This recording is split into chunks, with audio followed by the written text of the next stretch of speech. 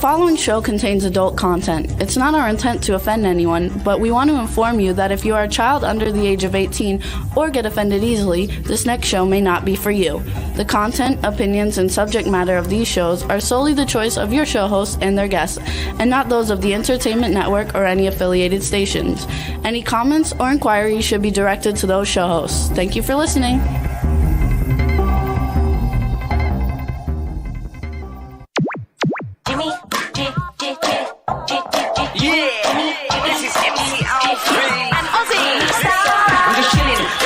Sitting down and designing, where every man never thinking, what are we gonna be wearing?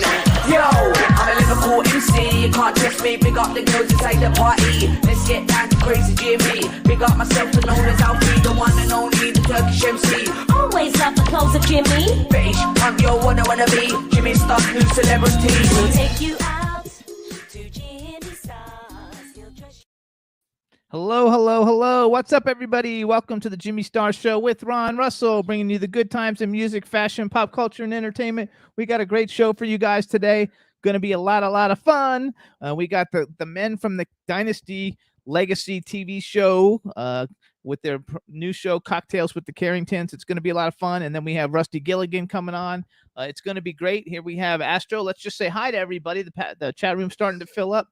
Astro, sit. Let's start off with saying hello to my beautiful, cool, outrageous man about town co-host, Mr. Ron Russell. He always gets that right for some reason. I do. I can't help it. And then we got Astro. Astro, say hi to everybody. Wave. Look at Astro. Oh, he looks so cute on there. He's cute on anything. And they said Ron's hair looks amazing. What's up, chat room? Thank you. You know, I changed my style. This is my Tony Curtis look. Whenever I wore my hair like this years ago when it was black, everybody said, "Oh my God, you look like Tony Curtis." Now with my hair white, they say you look like Tony Curtis. But of course, Tony Curtis was not the most attractive man when he got old. So I don't. Not like you. I don't gorgeous. really get excited about that compliment anymore. That I look like. I mean, I loved him. He was a friend of mine. I miss him. He had a wild sense of humor. He had a dirty mouth like me, and he was just a terrific guy. He loved sex. I asked him, "Are you gay?" He said, "No, I just have sex with everybody." Tony Curtis, famous movie star, folks. You gotta love it. Let's say hi to the chat room. We got a bunch of people. Jimmy from Aquarius View, Dick Jimmy TV show. What's up, Jimmy? Backpack John is there. Cindy Lady Lake is there. Hey, Cindy. Other people will be coming in because we just started. Claudia said she's going to be a little bit late. Oh, baby, thank you for writing all that nice stuff on my Facebook page. You're so sweet. Her and Teresa Sabin and Lady Lake they're awesome. really good people. I guess they're not fans. They're friends. You know, we have fans, but they're our friends. And Mike Wagner just joined us from the Mike Wagner show. How you doing? Wagner. It's a good show. Watch it, folks. Listen to. Oh, well, listen. Is he televised? Listen and watch. No. I thought he was televised. I think sometimes. I think he is, but I'm not sure. Oh, Don Hinton just joined us too. Mike, are you televised? I thought you were. What's up, Don Hinton? How are you? Did you wear a watch for Don today? No, I wore my medical watch because it gives me the accurate time. When I work on film and stuff, I like to know what time it is. And I run over on the show, so I wear this because it's definitely, it automatically changes with any time zones there are. Not that you actually pay attention. No, to but my other watches, you have to, turn them, twist them to get them to go where they're supposed to. Yes, that's funny. But this is my work watch. And also it keeps me to know my heart rate, my blood pressure, my breathing. It's a wonderful wristwatch. I suggest that everybody get one. I don't know what it's called. What is it called? A smartwatch or something? Yeah, it's a smartwatch. Smartwatch. And I think you should get one. It's a Fitbit watch. Whatever it's called. Get one. They're really wonderful. Mike Wagner says he's on YouTube and over 30 podcast platforms. So there you go. Way to go, Mike. I knew he was televised. Of course he was. You got to love it, you guys. So check out the Mike Wagner show, you guys. He's also on all the major platforms like we are. And he's a great guy. Mm-hmm. Our show today is exciting and funny. When the boy, I know John James for quite a while now. I've interviewed him this is my fourth time interviewing him. And I know his daughter, and, he's a sweetheart of a guy. He's really a terrific guy, and he's not a homophobe. I mean, he's a straight guy that is okay with gay men. Not like a lot of them, not the fellas coming on today, but a lot of people in our business are a little homophobic. But, they have to exercise their butchness in front of us. And I wonder if it's because they're looking to turn us on or or they just don't like us. But anyway, John James is a sweetheart of a guy, and I cannot wait for him to come on to see him again. Still a handsome, sexy man, and he's what, his 50s now? He's got to be like late 50s, I Late think. 50s, yeah. I think. And I'm going to talk about why all the gay guys on Long Island in a certain gay bar called Pal Joey's, which was Wednesday night, Dynasty night at 9:00, and everybody would go to that bar, and they named it Virginisty. And I'll tell you why they named Dynasty Virginisty. So what's up, when too? the boys come on. We also want to say hi because now B actually joined us. So hey, Hey, B, we B. talked about you earlier, so we're letting you know that we see you there. And hello, And hello. thank you again for all the sweet things you post. Absolutely. So you guys, we have John James coming on, Jack Coleman and Gordon Thompson coming on, the three heartthrobs from Dynasty, and it's going to be a lot of fun, and I'm we're gonna ask looking some forward to it. questions about Joan Collins. I met Joan Collins briefly. I had no idea she was that tiny. You know, she photographs as a much taller woman. I'll talk about my conversation with Joan when the boys come on. You gotta love it. So we're gonna have a lot of fun, you guys. They'll be coming on shortly. In the meantime, we had a working weekend. We were working in the house and tearing up our closet and No, it's not a closet. it's a dressing room. It's a dressing room because, like I've explained before, I have a couple of hundred shirts, as Jimmy and I do, that we wear because we're on, all year long, and we wear different shirts every show, so we don't look like we're wearing the uniform. And we had no room, so I got rid of the 2 walk-in closets that were ridiculous waste of spaces, and we reconfigured the whole entire bathroom. So now it's called a bathing room. It's only for the bath. There's a vanity there, makeup, movie star vanity with the light bulbs that go around. If I need to make up before a movie, rather than go to the set at 6:00 in the morning and have somebody who really doesn't know how to do my makeup, I do it at this vanity. And my makeup, of course, is man makeup, not woman's makeup. But, I don't want you to think I'm putting on eyelashes, tits, and lipstick. Big Claudia says you lost weight. You look like you lost weight. No, it's my hair. When you wear your hair straight up like this, your face tends to look thinner. When you wear it down like Adolf Hitler with the bangs, you look kind of chubby. So You did lose some weight. I have lost some weight, but nothing that's recognizable. I don't know. Who cares? I'm 100 years old. As long as I breathe, what do I give a shit about what I look like? Well, that's not true. yeah, Mr. Vanity. No, I'm not vain. I'm not vain. But I believe if you're going to go in the public eye, look the best you can. Jane Russell said that. If you watch the interview I did with her on YouTube, I said to Jane, why was it in 1940s everybody looked so great? And Jane's answer was, because we all did. We dressed and looked the best that we could. When you're in entertainment, you should look wonderful all the time. Audiences really don't want to see a disgusting, decrepit old creep, unless it's for the part in the movie. But when you're a talk show host, look attractive, try to do the best you can with what you've got. I remember when I was 19 years old, I'd roll out of bed Saturday morning with a beard, throw on a Guinea t-shirt, my hair, I never even bothered combing What's a it. Guinea t-shirt for people who don't know what that is? The strap Like a t-shirt. tank top. We call it a Guinea t-shirt in Brooklyn. It's a tank top, white t-shirt, and jeans and sneakers with no socks, and I'd go out, and I look gorgeous. I mean, I look beautiful. If I did that today, I look like an escapee from a nursing home.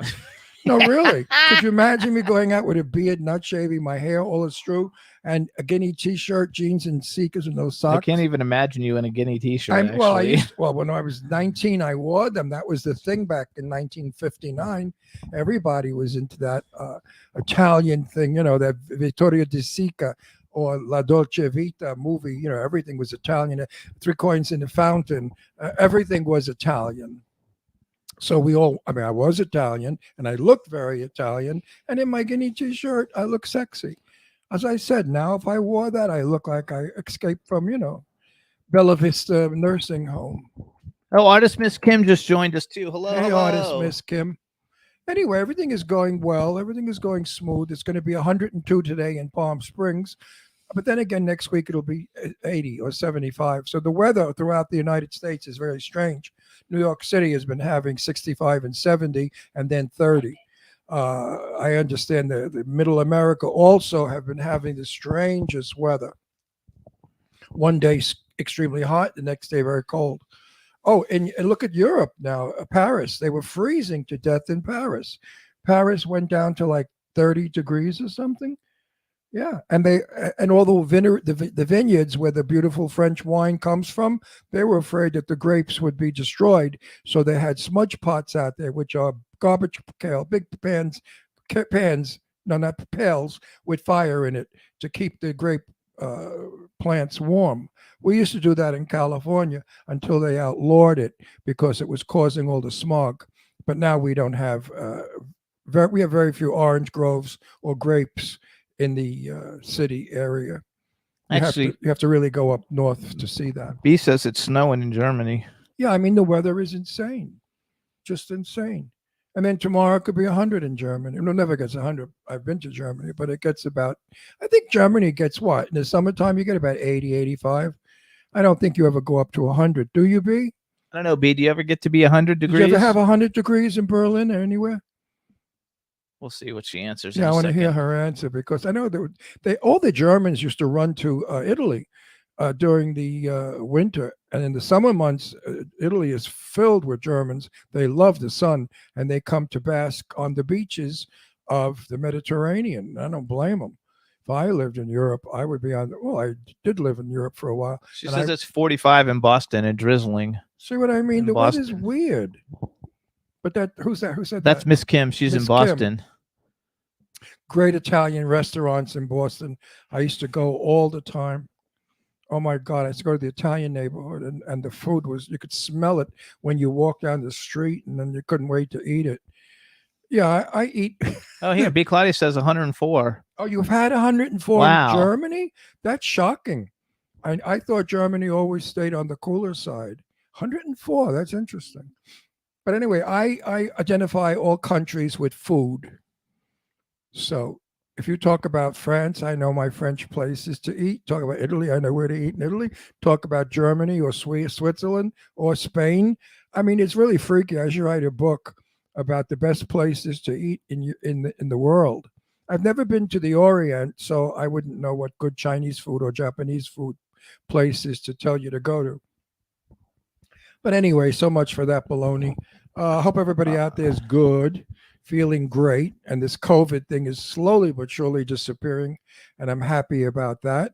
And the new virus is not that detrimental, they say. You get it, you get sick, but you're not going to die from it. So I think things are looking positive. Now, if gasoline prices would go back to $2.50, we'd all be very happy. And of course, the cost of living is ridiculous. Food prices have tripled, gasoline has tripled, and housing has tripled. Palm Springs, you can't get in here for under $1 million. I mean, that's ridiculous. And in a house, I mean, you probably can get a condo or an apartment less.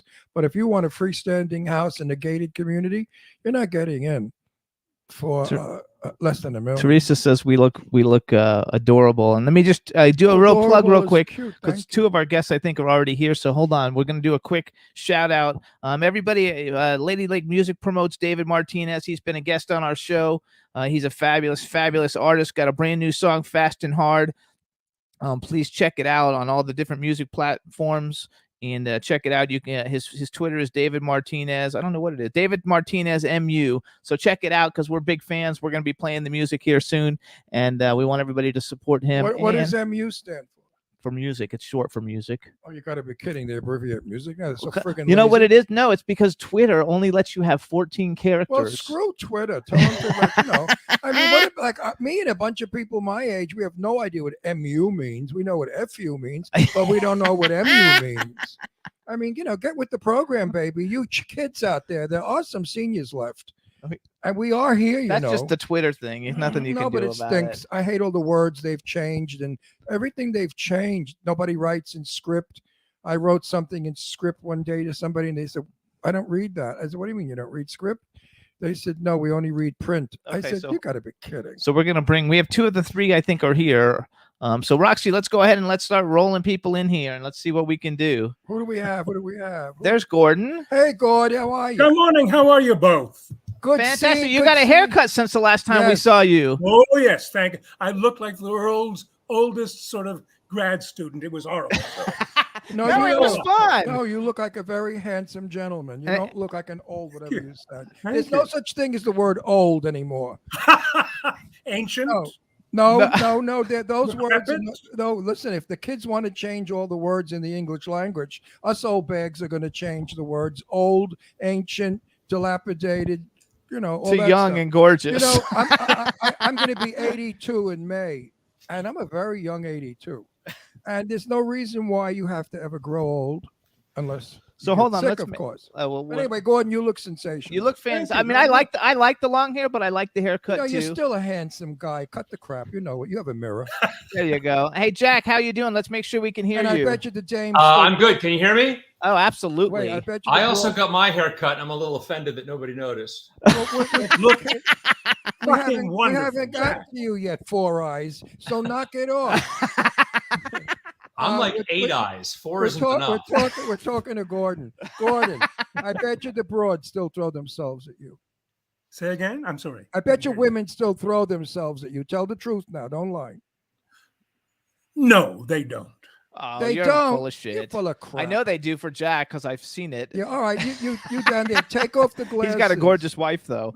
Women don't make Yeah, he does. passes. Beth Women is don't, absolutely beautiful. Yes. women don't make passes at men that wear glasses, but that's not true. A lot of women love men with glasses. They think they're intellectuals. Is that why you're wearing glasses so you get ladies to look at you? Of course, for Christ's sake. Yeah, All right. it's But, you know, that if- sexy if- librarian thing. The Yeah, best- sexy wait, librarian. no, the best way to get women's attention is to walk around with your zipper open. Oh, yeah. No, really, women will look and some of them will make a comment and say, "Sir, your zipper's open," and then you smile and say, "Did you enjoy it?" But anyway, I cannot supposed to talk about that stuff anymore.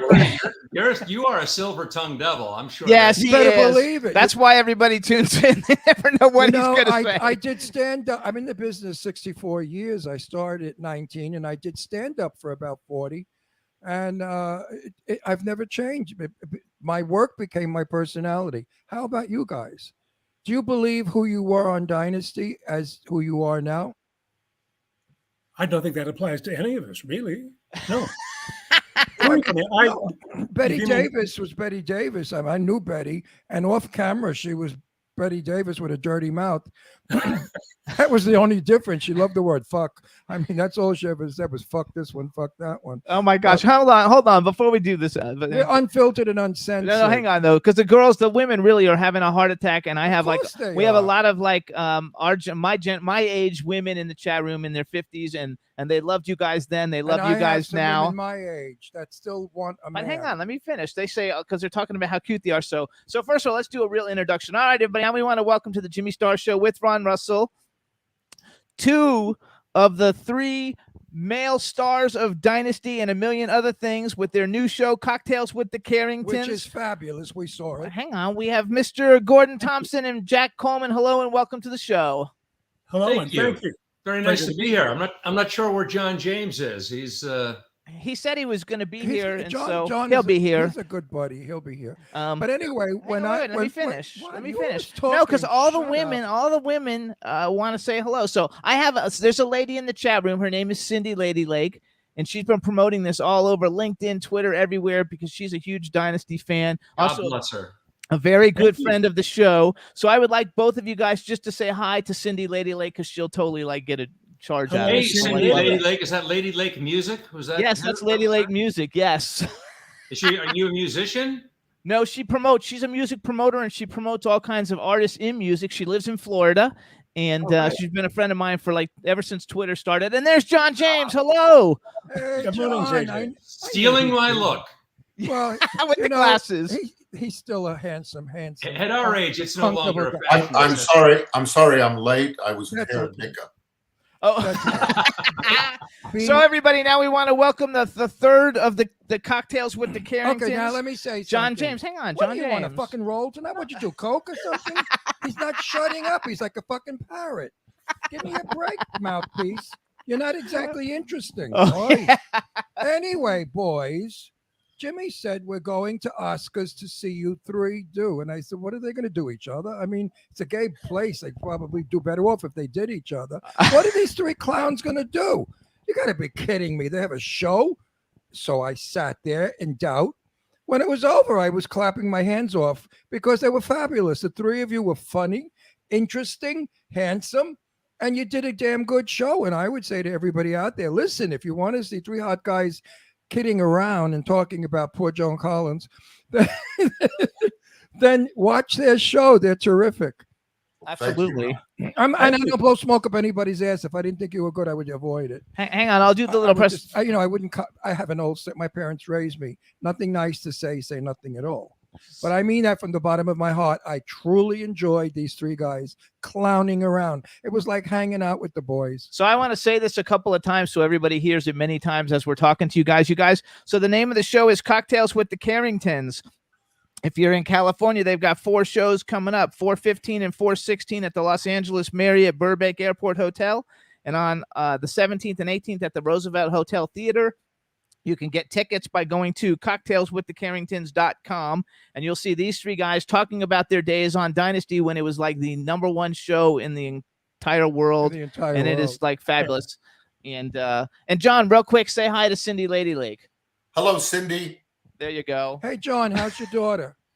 My daughter is wonderful. Thank you, Ron. How'd that movie go? We saw a wonderful movie that her daughter was in. Remember that night? He's in it too. And you're in it. Well, It went very well. Well, that's where we met. We met at the yes, but you have a very beautiful, tall daughter. Yes, and thank she's you. stunningly beautiful. Is she She won working? America's Next Top Model a few years I know back. that. And is she working now, making a lot of films and stuff? Well, she was pretty heavy reoccurring on SWAT, a series. Playing. I've seen her on. I always watch SWAT. I watch Yeah. it all the time. She was such a nice girl, but you're a nice. And she's guy. gorgeous. The apple doesn't really fall far from the tree. Well, thank you. That's very sweet. No, it's true. You're a nice guy. I interviewed you. This is my 4th time interviewing you. I feel like we're lovers. I want alimony. Joan Collins. I have to get to it because everybody's waiting. In there's a gay bar on Long Island called Pal Joey's. We used to go to every Wednesday night to watch Dynasty. But the queens, of course, were not happy with Dynasty, so they called it Virginasty. And the reason why it was called Virginasty was because of Linda Evans and Joan Collins both being, I can't use the word, but it begins with a C and it ends with a T. And there's a U in the middle with an N. Connecticut? If you know Connecticut. There you go. Connecticut. Now I met Joan Collins with my friend Perry Winkler, who's Lee Winkler's wife. Lee Winkler of Global, if you know who I'm talking about, the biggest management company back then in California, in Los Angeles. And I turned to Joan and I said, Joan, you absolutely look magnificent on film and you're beautiful in person. And the clothes that you wear are just breathtaking. And she looked at me. She said, yes, I know, dear. And then she turned away. And my friend Perry looked at me. She said, well, that was a big opening. I said, well, I expected a little more out of it. I think it was very complimentary. But Flattery will get you nowhere. not with Joan Collins.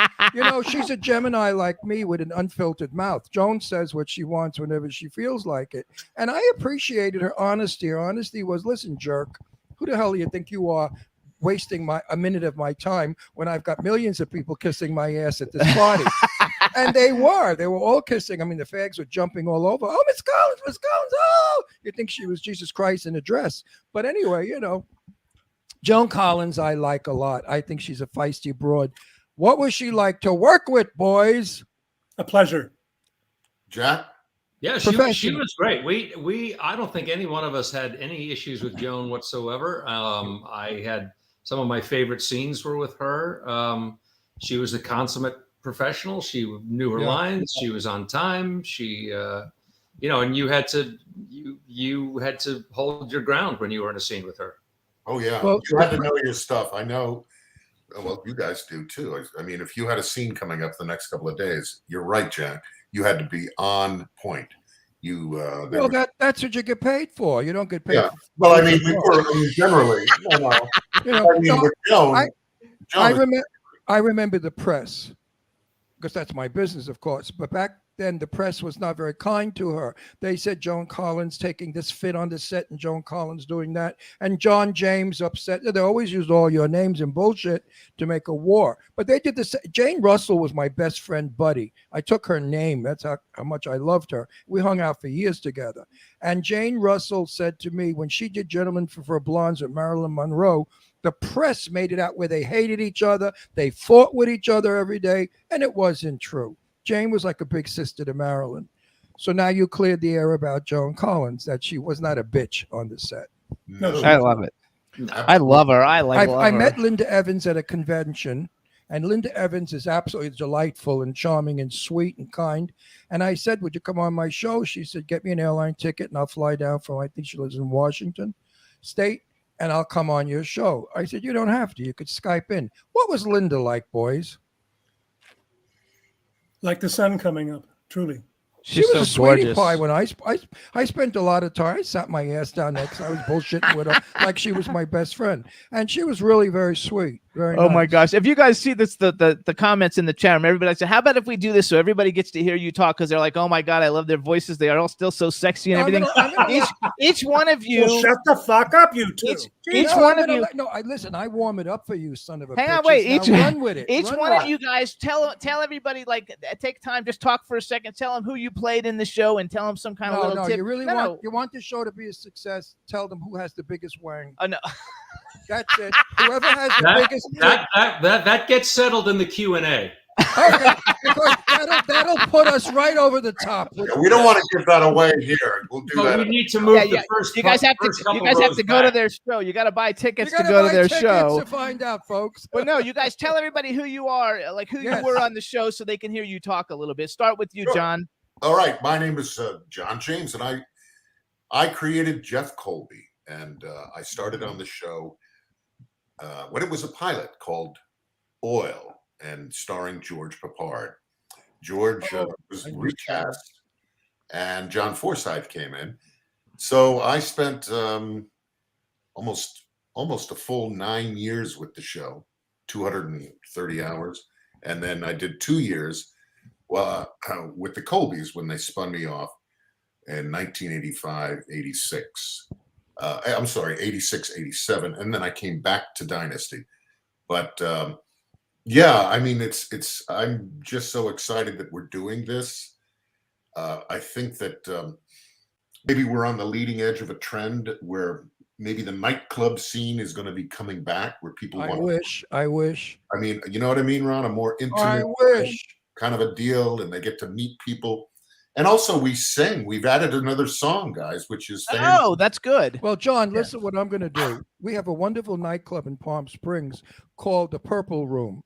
Everybody, Laney, Kazan, everybody plays there. It's a lovely nightclub room. We know the owners. I'm going to suggest to them that they book you at the Purple Room because I think it's no gay town. You're going to have the place packed. All the women are loving. Okay, hold on. Let's No, go, Gordon. the gay guys will come Go. to see these three hunks. So, Gordon, go back. It's your turn.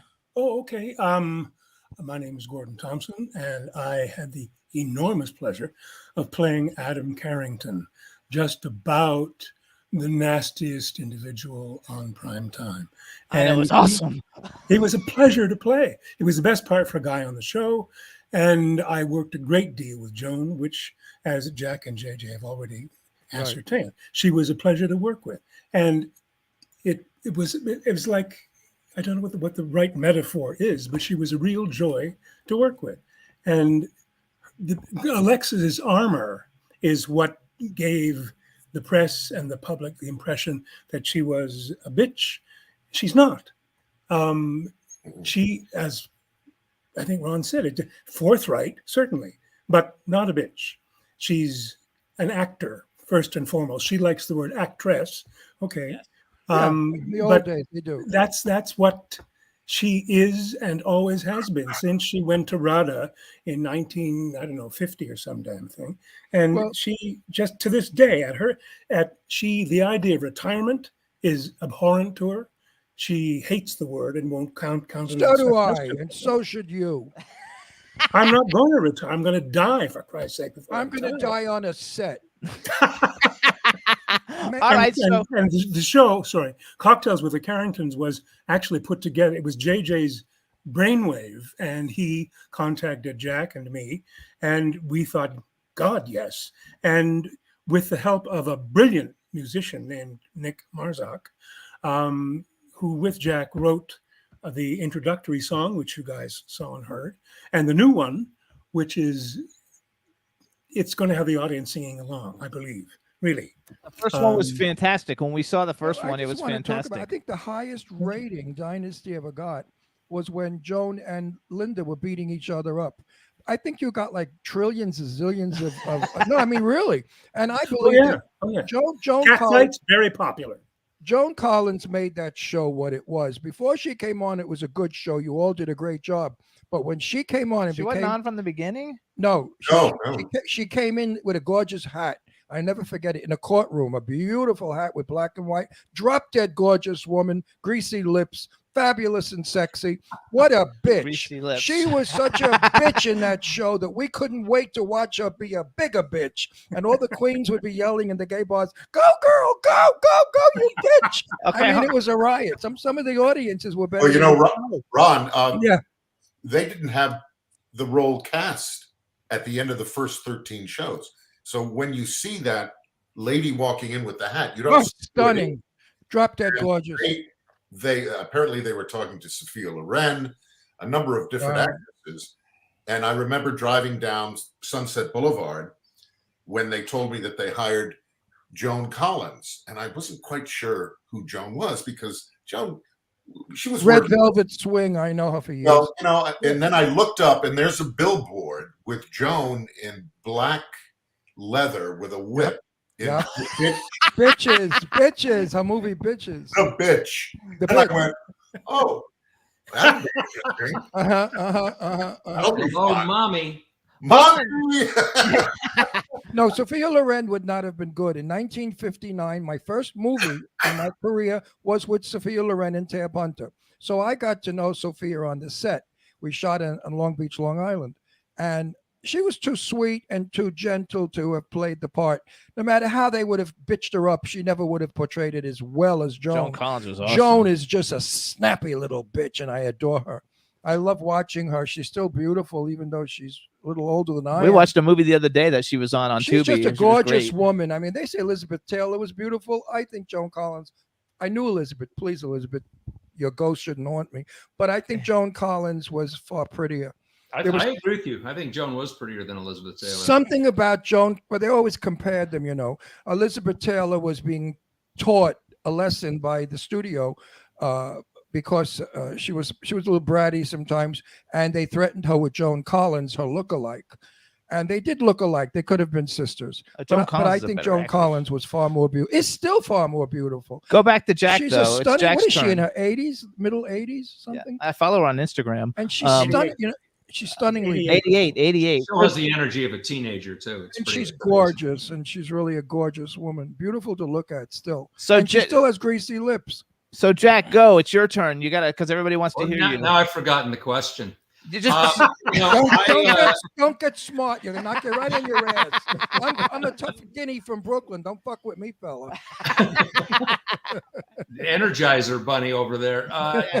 John very indiscreetly said that he created the role of Jeff Colby. I did not create the role of Stephen Carrington.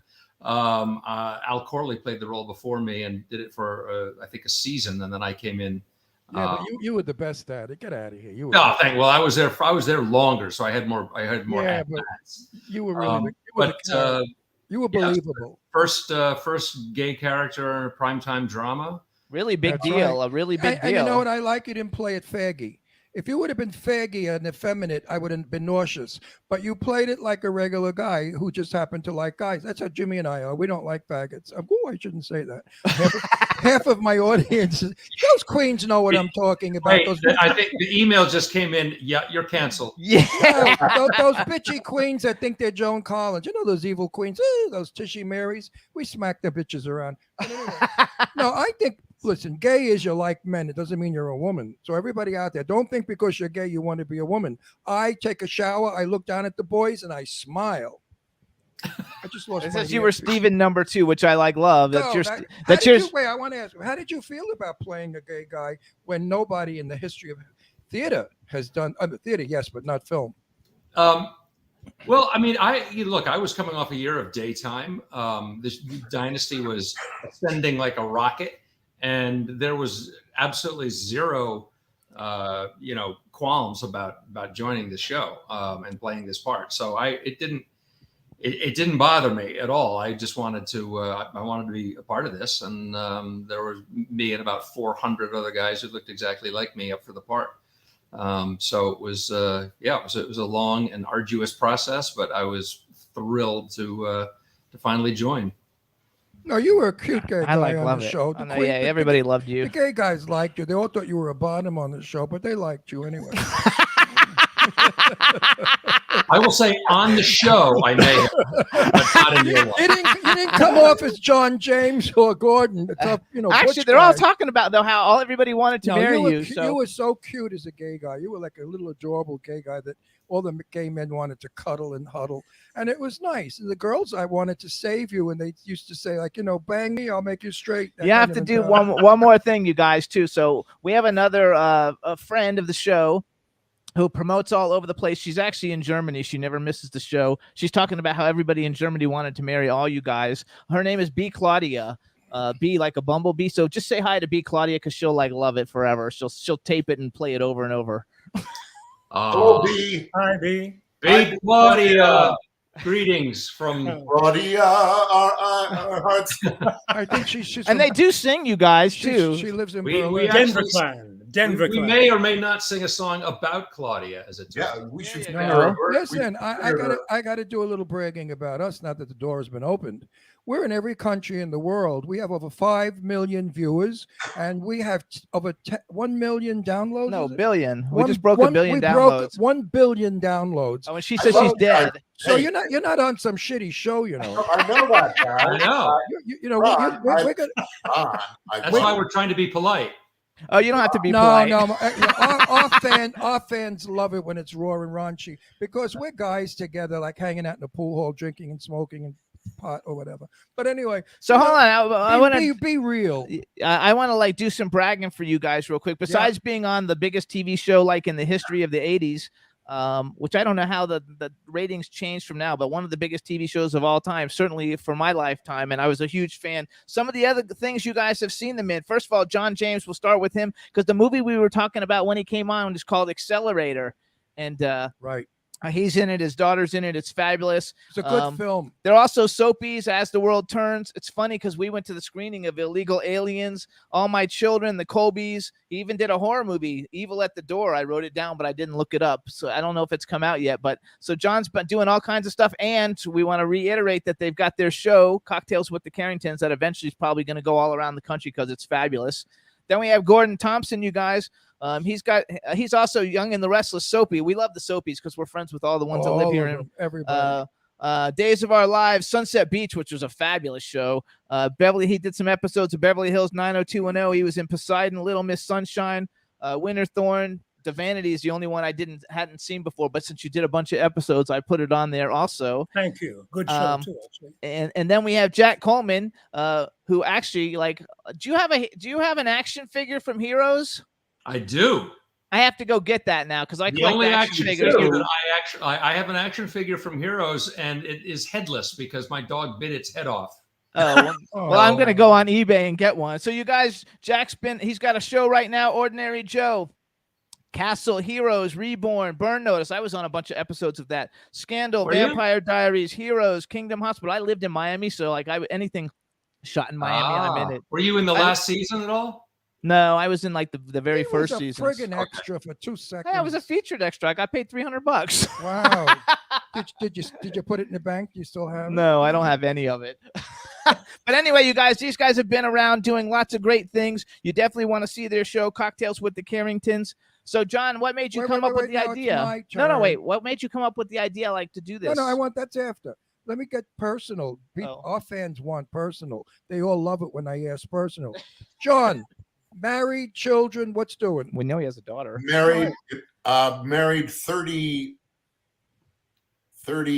Get this right. 3 years. If you get that wrong, you're in Oh, trouble.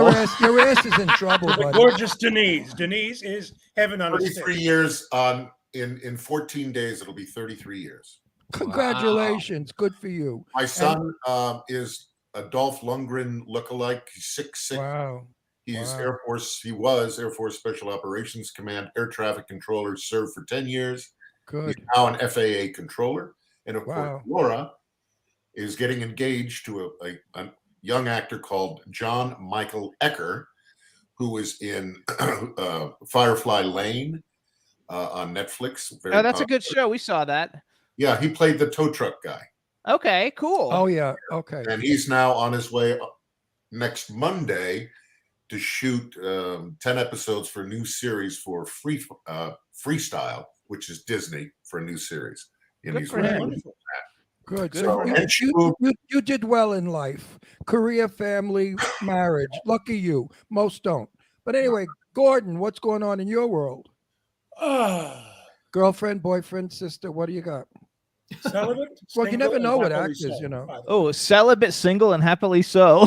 Celibate and single. We could probably change the celibate thing for you with like anybody in the chat room. Well, you know, Well, you guys were there in Palm Springs. He was mobbed after the Yeah, show. I know.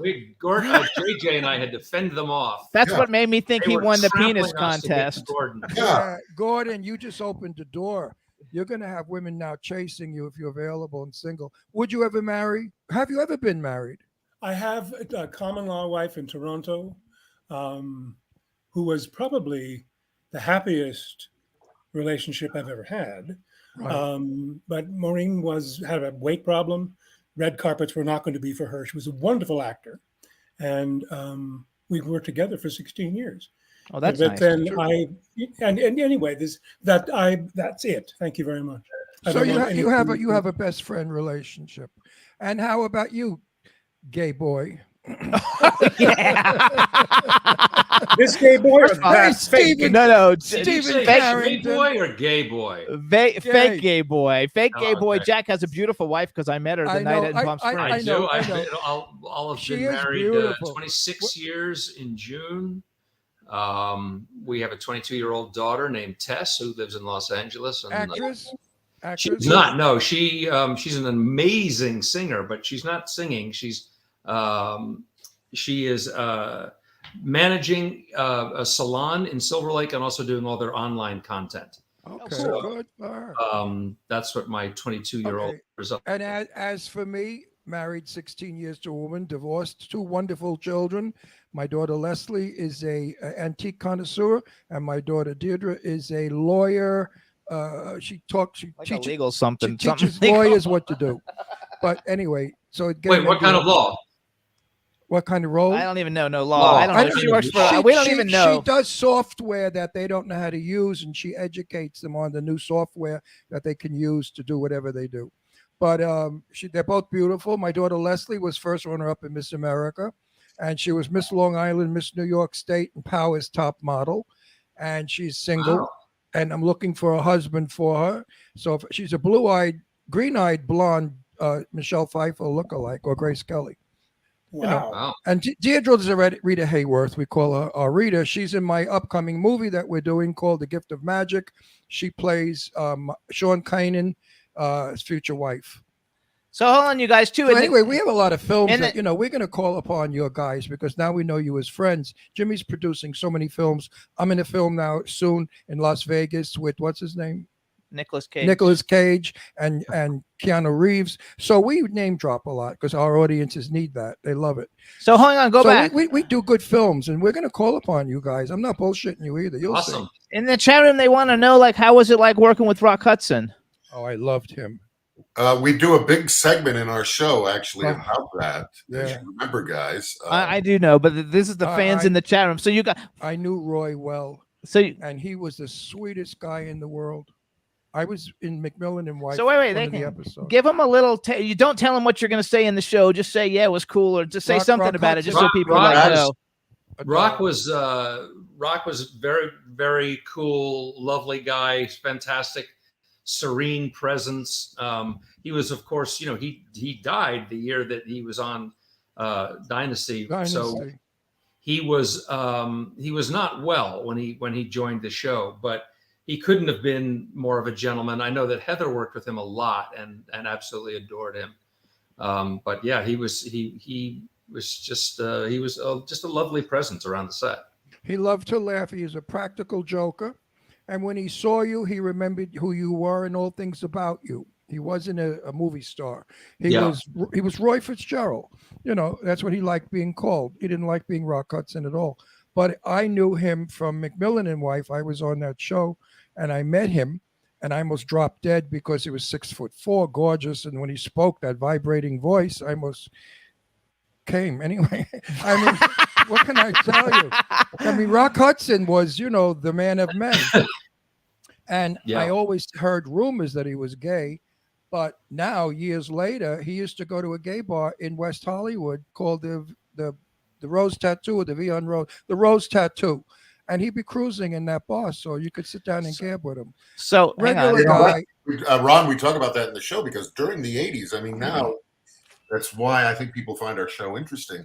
You know, with Jack playing Steven and Rock being on the show, Rock had not come out as being gay until after the show. Well, I have a story to tell you. We were shooting down on the dock at Universal. I believe it was the dock of, and there was a line he wasn't happy with. So he said to script, he said, could we change it a little bit? It's a bit effeminate. And I thought, red flag. You know, he really protected his image. He never did anything that was effeminate or made him look gay or unmanly. And some of the actresses, like Doris Day, who worked with him, she said, you never knew he was gay. He was a man, as manly as any man could be. And that's why I think he was so beautiful, because he was a soft, kind gay man looking like a tough straight man. Just like you, Jack. No, like all three of you. No, like when you were playing gay. When you were playing gay. No, he never played gay, Jimmy. He didn't play gay. I know. That's what I like. No, I'm the mirror image. I'm the really tough guy underneath and who plays gay all the time on television. Well, listen, Jimmy, listen, we've come a long way, we gay people. Jimmy and I are married now 10 years, as you can tell, happily married. And always fighting on the show. Yeah, well, people like, you know, they look and they write me fan mail. We love when you and Jimmy fight. You motherfucker. I'm going to kill you, Jimmy. You know, so there you, I just satisfied 3 million people. But so you guys listen up for all you people who who's a drinker in that crowd? Who likes to knock them back? All of us. Uh-oh. All of us. Right? So when you come to Palm Springs and you work in the Purple Room, we're going to have a couple of drinks together. So you guys, good.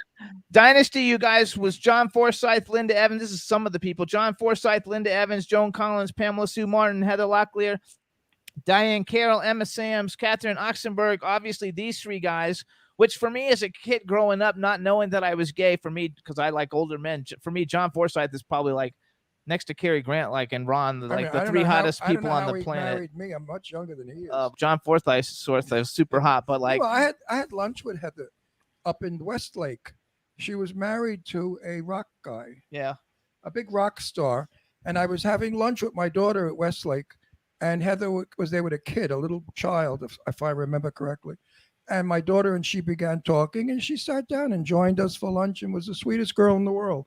That's Heather Locklear. Very beautiful in person. I just throw that name in. We drop names here. People love that. No, they really do. Well, you know what it is? We open the doors to the intimate Hollywood, and all of our fans love that because we bring them to where we go. Red carpets, events that we do, your show. You know what I mean? It's a very nice communication we have with our audience. So I have to ask Jack a question because the chat room is going crazy, and this isn't a Dynasty question. They want to know, how was it working with Jeffrey Donovan, because you had very intense scenes in the last season of Burn Notice. It's funny we had a Burn Notice crowd here. You must have a lot of fans in the southern Florida or something. We have we have over 5 million, my friend. Yeah. I had a great time doing the show. I did the whole last season of it, and Jeffrey. My first episode, Jeffrey directed, and he was an absolutely fabulous director. And he's doing great now. He's in all kinds of stuff. He's in the new Law and Order. Yeah, the new Law and Order that just started last week. Yeah, he was. I had a great time with him, and I really enjoyed his work as a director. He's a fantastic director. So did you guys all get along when you first met on set, like when you first started working together? We all bonded over our hatred for John James. Well, you know, I could The rest understand. of us were Jealousy. No, it was penis envy, and I can understand that. No, Jack won. I think Gordon wins that one. Gordon won It's that all one. the That's same why thing. everybody was As I chasing. said, that's all Palm settled in the Springs. Q&A. We back Wait, up the first couple of rows and then we let it out. I have to say something for our audience. When you're an actor, you act. And when you're on set, you work.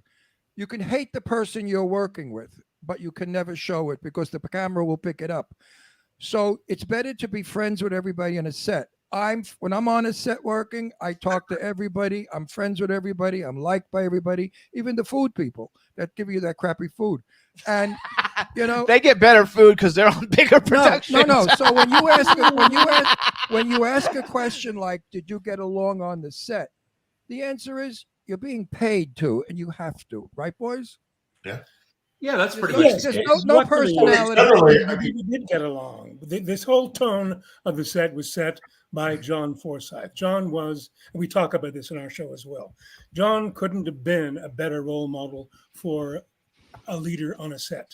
And he set the tone, the professionalism, attitude. And when you say the cast of Dynasty or the show of Dynasty, you see the people on screen. Dynasty was the crew, the writers, the producers, the directors, the makeup, the ward, the whole bunch. I don't know, what, 200 people or some damn thing who made that show. It's not just us. Absolutely. It's everybody absolutely. involved. Yeah, and I think also the detail that they put into it. Aaron had a certain look that he wanted for the show, which I think was very reminiscent to the Universal Studios pictures back in the 50s. Totally, completely. Very rich colors, very Totally. well lit. And I remember one day, And the sets were beautiful. well, this is going back to the day single camera, not like today where they have 3 or 4 video Right. cameras, single camera Panavision. And I remember one day we did 56 setups in a day, Wow. which is, for people who don't know, setup is they shoot this way, then they turn everything around, Right. rewrite it, and shoot that way. That's 2 setups. Over the shoulder, side view, a close up. 56 in one day. I mean, a lot. we just cranked on that set, and we were there all the time. During the winter, when the days were short, you'd leave before the sun comes up, and you'd walk out of that studio At night. back into night. Yeah, but you know, John, the hype of being on that show gave you guys the energy to work. I know if I You guys was are on, like Michael Jackson. no, wait a minute. I'm speaking rudeness. If I was on Dynasty, I wouldn't complain about working 18 hours. I wouldn't complain about anything because it was a wonderful project to work on. None of us did. I mean, it was like being shot out of a cannon, Ron. because Absolutely. When the show, look, we talk about audience today. I think, what was our audience, Jack, on the Millions big and episode millions. was like 60 million, but we got 60 around 50. million. That's like Yeah, the Super 60. Bowl. Yeah, Bigger, it was. bigger, bigger. Yeah. And I think it's one of the top 10 rated as far as audience numbers shows. It's one of the top 10 in history. I I wish it think the would be. biggest I show on wish it would. television now is NCIS, and I think it gets 16 million. I wish Yeah, they so would. that's I like wish nothing they in would. comparison. I wish Mark they would Harmon. bring- I wish Which they one would is bring. that? I wish they would bring Dynasty back. The They did. rerun, Well, they not the new one. It stank. It was horrible. But Oh wait, what did you guys it think of wasn't it? Dynasty. You know, Gordon, what do you think of the new? Here's where we cut to Gordon. Here we Okay, go. Gordon, tell us what you think of the new Dynasty. It's an abomination, is what it is. Absolutely. You know New York what? Times quoted me, I'm proud to say. Oh, Because good it for is. you. It's a piece of crap. It's crap. Absolutely. You know what? And Heather had a wonderful point to make. We all got together for MSM's long COVID fundraiser about, I don't know how many months ago. And I said how awful I thought the new Dynasty was. And she said, well, every generation deserves its Dynasty. And absolutely they do, but it should be at least as all the production values should be there. It wasn't. There was no glamour, no energy. The writing It is was appalling. crap. It's just shit. Yeah, it's shit. It was. You know what? You know what? Wait, let me say something, boys. In Italy, and I've lived there with my grandmother for a year because they sent me there to be straight. Meanwhile, the gay Italians were gorgeous. But anyway, opera, Madame Butterfly will never be changed. If you try to duplicate it, you don't have Madame Butterfly. You have some piece of junk. The Italians know to leave well enough alone. Too bad the Americans don't. Writers out there stink today. Most of the writers, they write crap. People shitting on toilet bowls, wiping their ass. I can't believe I saw Julianne Moore doing that in a movie. It was appalling. I don't understand why they have to bring this sort of privacy into a film. It has nothing to do with the We story. saw it last night too. We watched Eye of the Needle. Yeah, and like I the have guys the needle, pooping and, on. and there's a guy pooping again. I mean, I'm really fed up with this. bad Wait, news. Eye of the Needle from back in the 70s? Or? No, Eye in the Needle, the new one with Helen Mirren. Oh, it's not new. It's like 4 years old. I love Helen Mirren. I only want to kill myself to work with her. I love and adore Helen Mirren. That's an actress. That's a wonderful performer. But what they're doing today, the writers, I get scripts all the time, believe it or not, because they want us to promote their movie. That's the only reason they give me scripts.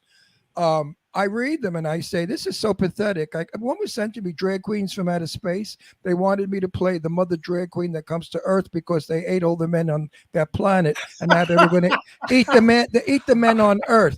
So I sent it to my dear friend Marcel Waltz, who has a hit movie out right now called Blind. And Marcel went hysterical. He said, Ron, we should really do it. As high camp and stupidity. I said, no, I won't be associated with that junk. I'm an actor. I'm not a freak.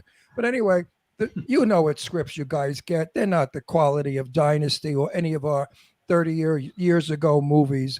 Our movies were feel-good movies, romances. We loved it. 60 million people were in love with you guys. You know how difficult that is to do, to get the world to be in love with you? That had to be a nice feeling, boys. Tell me about that. Yeah, well, that's the other thing, Ron. We asked that question to our audience in the show. What made Dynasty, especially in the Q&A this comes up, what makes Dynasty iconic? Why even today, after 40 years when it first went on the air, that television shows like The Goldbergs. Quality, my dear, quality. The Goldbergs just did an episode about Dynasty. This Is Us, NBC's series, just did a piece on Dynasty just last year. And for some reason, I don't know why, I mean, shows like Star Trek, certainly, and 77 Sunset Strip, and Dynasty is one of those shows. And being so close to it, it's hard for me to be objective why that is. I don't know. Why is it? Because Dynasty, back in the days of narrow-minded thinking, brought out a lot of points that we have today. We're standing on the shoulders of you guys of Dynasty, because if it weren't for you bringing out certain points, we wouldn't be who we are today. Dynasty was ahead of its time. It was well done. It was the #1 soap opera in the world, and I call Primetime television show. No, I call it a soap opera because to me it was the most fabulous soap opera. I was such a fan of Dynasty that I would have killed John James to get on that movie, get on Dynasty. John James, they think your voice is so sexy. But wait a minute. I've interviewed John James 2 feet apart. John, take off the glasses. Show them the sexy eyes. Oh yeah. He's got the most bedroom eyes of an actor. When you talk to him and the way his lash is lower and his eyes are so dreamy, he's really still a handsome guy. Married, so girls, you're gonna just have to work with your vibrators. You're never gonna get them. But Gordon, on the other hand, is single. and a cutie, look at that smile. I know you all have Are good those smiles. teeth yours, Gordon? They're beautiful teeth. I don't remember. I think you guys are terrific. And it shows in your show because your personalities all bloom together. And I saw a couple of moments where there was a bit of a hesitation. And I said to Jimmy, they're going to iron. That was their first show, I know. They're going to iron that out. But all in all, it went very quickly. I wasn't the least bit bored. I found it to be funny, sweet, charming, warm, loving, kind, friendly. I think your audience... Interesting. No, I think your audiences will feel you're their best friends and they're spending time with you. You really connect. Like I have a saying when I do this show, I tell a lot of our superstars, make believe you're in Brooklyn in my project apartment having coffee and Entenmann's crumb cake with me. And when our stars do that, our audiences love, like right now, this show is going to go all over the place because it's such a warm, friendly hangout show. And yours is the same. No, yours is the same. You- Jack, tell can- Ron and Jimmy, Jack and Gordon, what I said when I first called you. What was the most important thing about doing this venture? Well, you said the most important thing was to make this a show, not just a boring like after screening. Yeah, exactly. The other thing is, when we first did it, we called it, somebody else named it for us, Our Dynasty Tales from the Set. But what it really, we changed it to Cocktails with the Carringtons, because that's really what it is. It's a dynasty party, which is what Gordon added, that which we love. It's supposed to be fun, and it becomes interactive at the end, and the idea is to exactly that, to hang out and feel like you're just sort of in the middle of a bullshit session. I didn't know you two. I'd never met you two, but I'd met John before three or four times. So seeing John was like seeing an old friend. Suddenly, you guys became my friend, and I think the audience felt the same way. You really project hanging out with the boys, and I love that about your show. Thank you. That's what we need today. We need camaraderie. We need togetherness. We need to appreciate one another's talents. And you certainly do a good job of it. I can't praise it more. And I'm not bullshitting you. I mean, people, go see this show. You're going to agree with me. Absolutely. I mean, I've been to a couple of, I was once a movie star show, where they talk about who they were and whatever. And I wanted to say, please get a life. It's over, baby. It's over, baby. It's over, It's baby. over, baby. Dream on. I don't want to mention who, but she was a woman and a friend of mine. And I told her after the show when I went in the green room, I said, "What the fuck was that all about? Was it what are you looking for? Oh, you're looking for work? Oh, I mean, she could take it. She had a filthier mouth than me. I said, "You're looking for work?" I mean, it was like a commercial. So hold on. She said, Okay. What should I change about it? So you guys Wait too. a minute. I speak. You're so fucking rude. Didn't your mother teach you not to interrupt? I never. Anyway, now you made me lose my train of thought. It was a good point I was bringing out. Oh, wait, forget That's it. okay. First of all, He steps on my lines they all the time. They want to know in the chat room how come. First of all, John James, you Go guys see the show. John James is on Instagram, you guys. He's at John James _JJ. Jack Coleman is at the Jack Coleman. And Gordon is not on Instagram, and they all want to know how come you're not. Because he's smart. Because I loathe this whole digital world. I hate it. Frankly, So I do would take so do this I. computer and put it on the road and run my car over it. I would also. You and Ron. I hate the world of today. So- I like answering service. So you You guys, would- they also have an Gordon would put Instagram. his computer on the road and run his horse and buggy right over Yes. on the way to the I'm writing Amish letters. farm raising. I got a piece of parchment and a quill, and I'm happy. You see, folks, this is what you get if you go see their show. It's a laugh a minute. These guys are funny. They're warm. They're loving. I can't talk about this show enough, and I'm not doing it to be a liar, because if I thought it was like a piece of shit like my friend's show, I would just say, go see their show and let me know what you think. No, you guys are gonna love It's this. a good show. Again, We you go to appreciate it. cocktailswiththecarringtons.com. That's where you get your tickets. They've got shows April 15th, 16th, 17th, and 18th in the Los Angeles area. Do all you guys live in Los Angeles someplace? You don't have to tell Not us where, but- JJ. I'm here in Nashville. I moved from New York about 3 years ago. How do you like how many people are moving to Nashville? Yeah, a lot of people are going to LA Memphis they're too. all leaving. Yeah, LA. They're going to Atlanta. Crazy guys. How do I like it? I love it. Nashville's a cool town. There's a lot. It's not hicky. Not hicky. No. Like full of hicks, because you're coming from LA, a swift town. Nashville is becoming very cosmo. I mean, Justin Timberlake, I was telling Jack the other night, he opened a club that's very reminiscent. It's a supper club. Almost I love like that. Rainbow Room, where it's Oh, remember the floor, Rainbow Room? suit and tie, and it's upstairs, and below he's got his bar, honky tonk. But what I like about Nashville is the weather, because New York, I got sick and tired of the cold weather, the snow, and so it's much milder here. Also, I'm in the center of the country, so it's 3 hours and 15 minutes to LA and 2 hours and 15 minutes to New York by plane. Right. So And Tennessee has a great film how's the real- credit, how's the- tax credit for movies. And how's the real estate there? Like here, $1 million for a slum? it's gone up incredibly has. because there's nothing for sale. But 2 years ago, you would have gotten a deal. Right. But I you're know. right. I mean, I was talking to an agent the other day. I'm not going to mention his name. A pretty big actor just left Los Angeles here for Tennessee from Nashville. Yeah, it's good. I've got a couple We of know films a we're going to shoot lot in of Memphis. people are moving to Atlanta because Atlanta is the new Yeah. Hollywood. There's Hollywood's so much in it. production in the Southeast now, especially Atlanta, but all over. Yeah. Well, we're considering. I'm from Long Island, Brooklyn originally. I lived on Long Island most of my life, and I love the Hamptons, and I used to live there.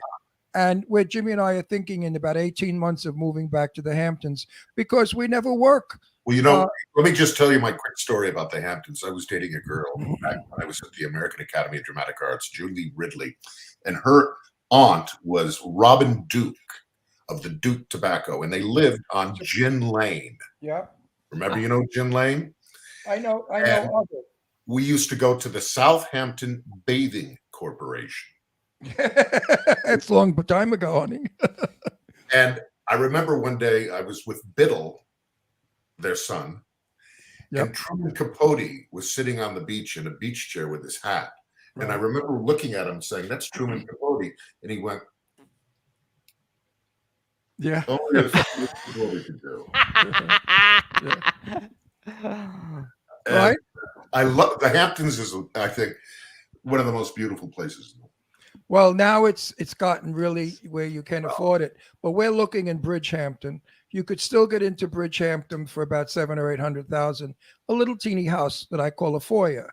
Then I intend to extend it. So we're going to buy this little house for 800,000, which is a joke, and then build a house, to it. Yeah. So that's what you're doing. But then it's going to be worth $3 or $4 million. So when I drop dead, Jimmy and my kids will have some money. Hey, 82 That sounds like years a old. bounty. Yeah. Well, I'm 82. I intend to live to be 92 at least and working. So I hope I so. agree with Joan and a lot of my. I'm in a movie right now coming up with Ruta Lee. You know Ruta Lee, of course. Yeah. She's like 90 doll. something. She's 150, looking gorgeous. And Ruta said the same thing. I'm working till I drop dead. All of my old contemporaries. The only one that was Jane Russell. I used to say to Jane, "Why don't you make a movie? You're still beautiful." "I can't remember lines, Ron." That's what she'd say. Yeah. So let's. I'd say now they have earplugs. That's not a minor inconvenience. No, but now No, not at all. Look at what's his name, the famous actor. He doesn't like Bruce stuff. Willis. No, he can't help it because he's fucked. But I'm talking about what's his name, Johnny Depp. He doesn't like to learn lines. It's boring. It annoys him, so he wears an earplug. Yeah, everybody wears it. A lot of people So- wear earplugs. Do you guys have no problem remembering lines? Yeah, I was going to ask you Oh, that. much more problems than I used to have. Yeah. More I- problems than I used to have, for sure. No, Do I have trouble remembering what? Questions. You have trouble remembering questions. no. Thank you. Happy. We had dinner. We had dinner with Sean Kanan and his wife Michelle a couple of weeks ago. Sean's new book is The Cobra. Way of the Cobra. Way of the Cobra is out. We went to the reading and dinner, and I spoke with Sean about lines because he's in the movie I'm in, and I play his father. And I said, I'm going to have to wear a plug because I can't really remember. I mean, I've got speeches. So Sean said, "I just finished 40 pages." I said, "What? You had to learn 40 pages?" In He like said, one "Yeah." day. He said, "In a day," because it was all rewrites. I said, "I would drop dead. I couldn't. Could anybody out? Could you guys do 40 pages I bet in you a day?" can. I did. We didn't talk about it, but I was in Belgrade, Serbia, shooting a movie last November, and November. And I had a 15-page two-hander, mostly me, scene in the back of an SUV. Oh, that's a lot of work. And you know what else too, Ron? Which is different today, guys, just technically speaking. Back in the old days, when you're running film and you have 1,000-foot mags in the camera, that's expensive. All right. So you rehearsed the scene. Yeah, thank you. Hello. Yeah, great. You actually remember, guys? We would rehearse. I remember rehearsal. Not have a anymore. We'd have a director's rehearsal on Diamond and anything else before we got into the digital age with the John. director. Then the DP would walk in and he'd look at the scene. Then we'd have a camera rehearsal. Yes. Remember? I Now remember. it's like, Wait, how about? Wait, you forgot table readings. Yeah, well, we didn't do table reads, did we, guys? No, we did not. No, we didn't. We My didn't. We didn't have time. We didn't have time to. So I go today, back. it's like they punch you in and they go, "Okay, let's roll," and they start rolling. Yeah, that's it. I go back further than you guys. I started in 1959, and back in 1959, you had an audition, number one, number two, a table reading, number three, a rehearsal, and all the other rehearsals. You're talking about lighting. You had to be lit right. You stood there for an hour. I didn't have an understudy. I was a nobody. So I had to stand there like a moron for hours while they lit me. And then you had a sound check, and then they had oh my God. You shot 3 lines and it took a whole day. Now he did a movie and they didn't even tell him where to go. Oh, that's the best. No, I love it. No, Let me wait, tell wait. you my most terrifying experience acting in the last couple of decades. About 5 years ago, I did a pilot called Salvation, and we shot in T.D. Jakes Church down in Dallas, 8,000 seat church. And I was playing a televangelist, and I had a 3-page monologue. Woo! And we went up there in front of almost 3,000 people. I went up there and we had no rehearsal because the director did not want them to hear anything until we were shooting, because they were encouraged to hoot and holler and clap and it was like a like a real televangelist kind of thing. And I almost threw up right before shooting. It was 3 pages with a gigantic audience. We had 12 cameras, including the cameras that the church uses. Oh my God, Jack! And it was just like go, and it was out of the blue, and it was absolutely terrifying. And then at the end, But you did it. But you did clapping it. and cheering and shouting. I was like, oh, this is a very dangerous business. You could really lose yourself in this business. Well, I'm on this. I think I can walk on water. And Well, it's Hey, very listen, I was retired for a while. Jimmy kept saying, you got to do film. You got to do film. You're a good actor. I listened to them. I figured, okay, I'll do a good actor. So I have my first movie that it's a horror movie. And I said to the director, so where's the camera? He said, up in the corner. I said, what do you mean up in the corner? He said, up there. See that little thing? That's a camera. I said, what do you mean that's a camera? That's like a security camera. He said, no. He said, that's our camera. I said, okay, where are my marks? He said, we don't have marks. I said, oh, we don't have marks. So what do I do? Just walk around playing with myself? He said, no. He said, you go over to the window, you pull the curtain back, then you look, and then you go and open the door and you deliver your first line. I said, well, what about lighting? What's my key light? What's that? I said, okay, what are we doing here? This is like a home movie. Anyway, the film looks like a home movie, and it's a piece of crap. And it's because these guys today have lost their professional. You guys know. I don't have to tell you what they do. They don't do too many of those shitty ones like we do. Oh, but I mean, this was a night. No, it was a nightmare for me. I really felt like lost in space. I said, this is not professional. I don't even know what. And the director, I said, what do you want me to do? He said, let's see what you can do. I said, what do you mean? Let's see what we can do. What do you want? You want me to be real Brooklyn heavy where nobody understands me? Like, hey, you guys over there, don't do this to me. You know what I'm saying? Or do you want me half of Brooklyn? Anyway. So anyway, we have to go back because Hollywood. we're running out of time. So here's what No, I I want want to do. more time with these guys. They're going to come back. So listen up, you guys. First of all, it's super important. We want to like sell out 4 shows here. So if Yes. you're in Los Angeles, you want to go April 15th, 16th, 17th, and 18th, 2 different venues: Los Angeles Marriott Burbank Airport Hotel or the Roosevelt Hotel Theater, which is absolutely gorgeous. Hey, wait, how much is the It's ticket? called Cocktails with the Carringtons. You go to cocktailswiththecarringtons.com to get tickets, and probably they have different ticket prices depending on what you do. So go to cocktailswiththecarringtons.com. You're not high-end price tickets. You're price reasonable, right? They don't know. Boys? JJ, you handle that. Yeah, I mean, our venue we only have 90 seats at the Hotel Roosevelt. So the opening price, I think, is around $100, but it's a small room. It's not. Right. And I think it's the same at the Marriott, correct, guys? Yeah. Okay. You guys, it is so worth it. You're going to love the show. You're going to enjoy it. Follow John James _JJ on Instagram and the Jack Oh, Coleman. wait, what we're not saying about the show is they do a Q&A. Oh yeah, you guys, And they then- do a and Q&A then at the end. Afterwards, you can have a picture taken with them. So for $100, you get a Q&A, you get a picture, and you get a wonderful show. I think it's a deal. It's a great deal. Thank you. Great deal. I think it's a good ticket. So everybody go get it. We want to thank you guys for coming on the show. Thanks for reaching out, John. And you're coming back. We'll have or you else back I anytime will- you have Thanks, anything to guys. promote. We loved it. If You guys are great. If you don't come back, Thank you. I'm going to tell everybody your show shits. It stinks. I will destroy every one of your careers and Yeah, your right. show if you don't come back. You I listening will to hunt me? you down. I would love to. You guys are coming back because you know what? I really love you three. You guys in You're the, a in the fun, chat fun room guy. love you guys too. You guys, thank you so much. Best Thank of you. luck with your Thanks show. for all those people in the chat Thank you. rooms and all those Thank the you. comments. It's great. Bye, to see everybody. like Thank you. Thank All right, you guys. Thank Bye-bye. Thank you. All right, take care, guys. Thank you for Bye-bye. a good show, boys. What a great show, you Thank guys. Thank you for a You good guys show. definitely want to go see it. These guys are terrific. It's a lot of fun. I really enjoy them, and I know you're going to enjoy them also. They really are fun.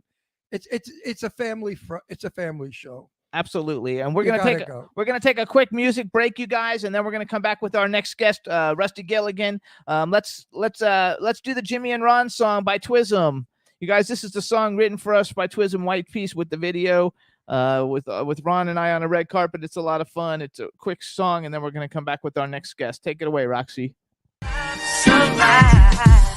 turn out to be so wrong. Yeah, we in the mix. Yeah, we in the mix. It's another episode. Here we go. The Jimmy Star Show with Ron Russell. Interviewing the hottest, newest, and truest of today's celebrities. Make sure to subscribe so you can get notified weekly. Jimmy Star, he's the king of cool. Ron Russell, he's a gorgeous dude. Chat room is live and you would be a fool not to vibe with us at the Jimmy Star Show with Ron Russell. So come watch it live on W4CY Radio. Miss some past episodes? Download on iTunes. The Jimmy Star Show with Ron Russell. It's the Jimmy Star Show with Ron Russell.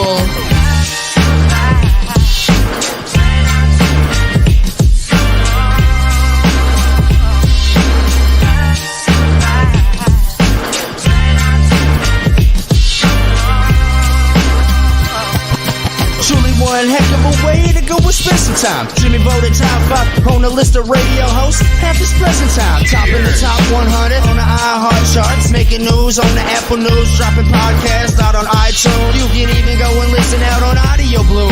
So come about your gloom, you'll be glad that you do. Start whistling a tune when you spend the afternoon with the Jimmy and Ron. As soon as they come on, you will know by the song. Let's go to Jimmy and Ron song. The Jimmy Star Show with Ron Russell. Hey yo, you can never go wrong.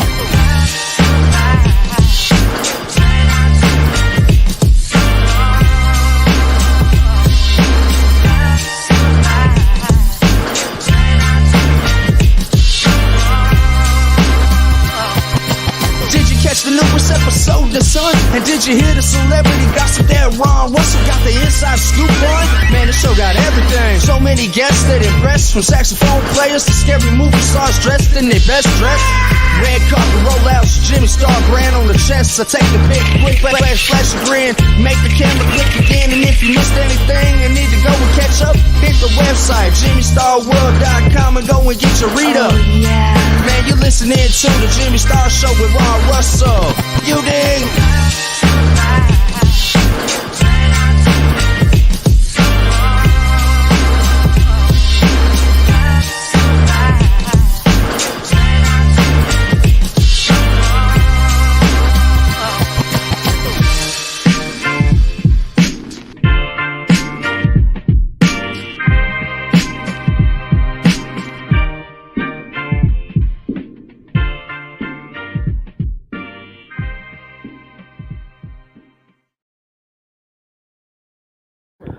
Yeah, everybody. All right, now we're going to bring on our next guest. Let's see if it all works. That was the Jimmy and Ron song by Twism White Piece that we closed the show out with. We love it. Hey, Rusty, what's up? How you doing? How you doing, my friends? It's an honor to be here. Oh, there we go. Rusty Gilligan. Oh, look at you. Woohoo. All right, so it's great to have you. Nice to see you. Nice to see you. Now that I've got you on, I'm going to do a formal introduction. So now, everybody, we want to welcome to the Jimmy Star Show with Ron Russell. Super talent, Rusty Gilligan. Welcome to the show. Welcome to the show. Oh, Roxy says we have a little feedback. Where is that coming from, Roxy? That's from his side, right? Because He needs to be Rusty lit. needs to turn down volume, it says. And Rusty, you need to get a brighter light. Oh. Hold on a second. I know what I'm going to do. Hold on. I know what. Oh, yeah, if you wear a headset, I think that'll get rid of the feedback. I think that's probably what it is. This is a very old laptop, so I think that's it. 1 second. There you go. Yay. Everybody in the chat. And says we welcome. have dead air, which we do not do. So let's sing it along. Hey there. Whatever. What are you going to say? Rusty, I'm not going to sing. I'm just kidding. traffic controller. Yeah, that's fine because then we can hear Yeah, you. we can hear, and Rusty, can you do better lighting? You got a bigger, brighter light or no? Nope. No, now that's you it. have no light. That's it. That's Okay. it? The problem is you're getting me while I'm inside my messy studio. So That's good though. Oh, We can see now you it's there. better. Now it's good. Yeah, That's good like sit that. forward like that so we could see. There you go. Yeah. That's good. Now There I we know it. Now I know it's a beard, not a double chin. no, it's a double chin and maybe even a triple one trying to move in. It's undercover of camouflage here. You gotta like love it. All right. So Rusty, this is my cool, outrageous man about town co-host Ron Russell. Hey, you Rusty. doing? I'm doing And good. who's the You? pooch? And who's the pooch? That's Astro. That's Astro, our little boy, our little 7-pound terror. That's That's awesome. Astro. And we have a chat room full of people. So say hi to everybody in the chat room. Hello, everybody. There Make you sure go. Make sure you send some questions or something, and we can interact. There's a lot of people Well- in the chat room that actually like know you. Actually, Well, I think I don't know him. Really? Tell me. I don't know. I have not. I don't know you. Ron doesn't interview. From a hole in the wall. Ron Who doesn't. are you? What do you do? Tell me all about yourself. Well, I started out being a child actor, and I moved into professional wrestling. I did some radio work, and then I wound up doing art for films. I worked on heavy metal, and then since then I've worked on everything from Marvel films to Doctor Who to Walking Dead. And now I do a lot of film artwork and artwork for comics and trading cards, and I do voice acting. So I pretty much run the gamut. People ask me, what do you do? And I said, I'm an entertainer. That's the way I look at it. I don't do one thing. I like to do them all. So hold on. I want to You're like. gonna be an interesting guest. I'm gonna I'm gonna brag about it a little bit. First of all, you guys can follow Rusty. Is on Instagram and Twitter. His Instagram and Twitter is at Mac in Trouble, MACANDTRUBLE, which we're gonna find out what that is in a little bit. He's a former professional wrestler. He started on Broadway in New York. He moved to California as a kid to appear on Little House on the Prairie, Family Affair. I love that show, Family Affair. Police Woman, Peach Dragon, and the Police Magical Woman. World of Disney. Then he became a professional comic book and film artist since 1978. I don't know. Tell us what a film artist is. I do everything from wardrobe and prop art to costume shots to what I really do is what's called production art. So let's say you're doing a film. I might design a set. I might draw a pose for one of you. I might be doing costume poster? art. A poster? No, a pose. Yeah, I'm for asking him if he does posters. for the recent Bigfoot movie that happened about a year and a half ago, I did the DVD cover, and it wound up being the poster for the film. I based it on Casablanca film poster, which I thought made it look really good. And then I also drew the wanted posters that were hung up inside of the film. Oh, cool. Yeah, So for you things like really do everything. yeah, production art is kind of an all over topic. You do everything. I always tell people I'm a utility artist. A lot of artists don't like to say that because, they feel it drops them down or degrades them or they're getting a demotion somehow. Not me. If I'm the janitor, I'm the best damn janitor they ever hired. So I tell people that's what I do. I'm the utility guy, and whatever you throw my way, I do. I've done things like made license plates on the computer, made badges for films, printed posters. I've had to actually make artwork that people hang on their walls in the film. And sometimes you don't even get credit. Sometimes it's like, hey, listen, we'll just buy the art piece from you and we'll hang it on the wall, and then we'll send you a copy of the film and be like, okay, that's just the way it goes. I love it. Now, do you cook?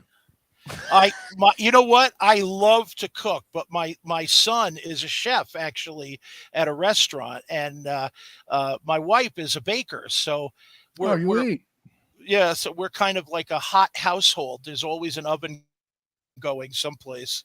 He's in Pennsylvania. Where are you in Pennsylvania? You know where Scranton is? Of course I do. We lived in well, Pennsylvania. We lived in Doylestown. I'm about 15 minutes from there. Okay. Yeah, we lived in Doylestown. Oh, okay. Right next to New Hope.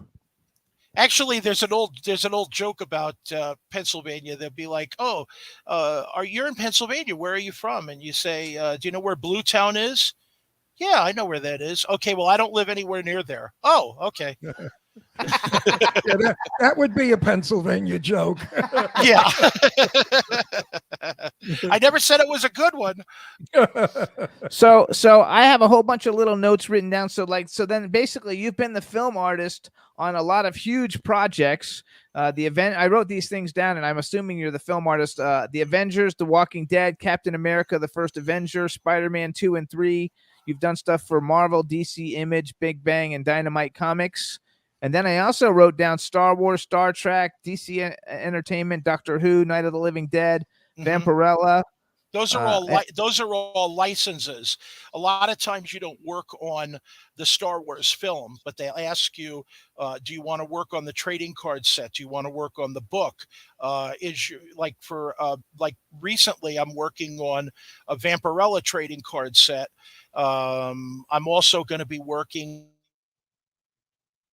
on a project coming up. I can't say which one, but I'm going to be working on a Star Wars project where I'll be doing some trading cards and possibly some of the art for the book. So licensing is so brutal because you could be the best artist in the world, and then the licensor turns around and says, "Oh, I don't like the color blue in the background," and they'll literally rip up the whole card and throw it away, and all your 3 hours of painting is down the toilet.